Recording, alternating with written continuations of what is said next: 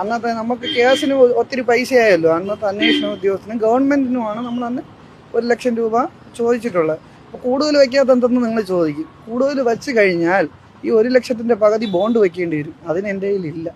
അതുകൊണ്ടാണ് 1,00,000. അല്ലെങ്കിൽ ഞാൻ 1 കോടിയും 2 കോടിയൊക്കെ വെച്ചേനെ. പക്ഷേ എൻ്റെ കയ്യിലില്ല. നമ്മൾ സാധാരണ തൊട്ട് ഡെയിലി ഇപ്പം പോലും പ്രൈവറ്റ് ബസ് ലീവ് വേക്കൻസിയാണ് ഓടുന്നത്.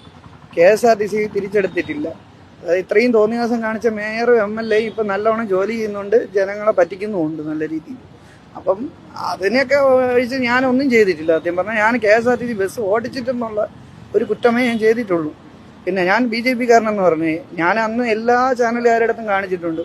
ഞാൻ CAT യൂണിയനിലുള്ളതാണ്. കമ്മ്യൂണിസ്റ്റ് പാർട്ടിയിൽ ഒരു കാലങ്ങളിൽ കൊടി പിടിച്ചിട്ടുള്ളതിന് അവർ വേഷം തന്നിട്ടുണ്ട് BJP കാരെന്ന്. അപ്പോൾ അതുകൊണ്ട് നല്ല രീതിയിൽ എനിക്ക് എന്തായാലും ഇപ്പോൾ ഒരു പാർട്ടിയില്ല.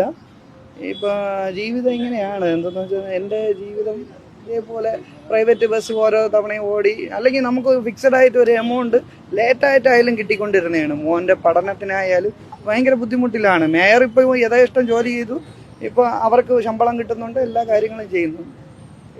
ഈ പറയുന്നതെന്ന് വെച്ചാൽ ഈ കമ്മ്യൂണിസ്റ്റ് പാർട്ടി എന്ന് പറയുമ്പോൾ പാവങ്ങളുടെ പാർട്ടി എന്നാണ് പറയുന്നത്. പക്ഷേ നല്ല രീതിയിലുള്ള ദ്രോഹം ചെയ്തിട്ടുണ്ട്.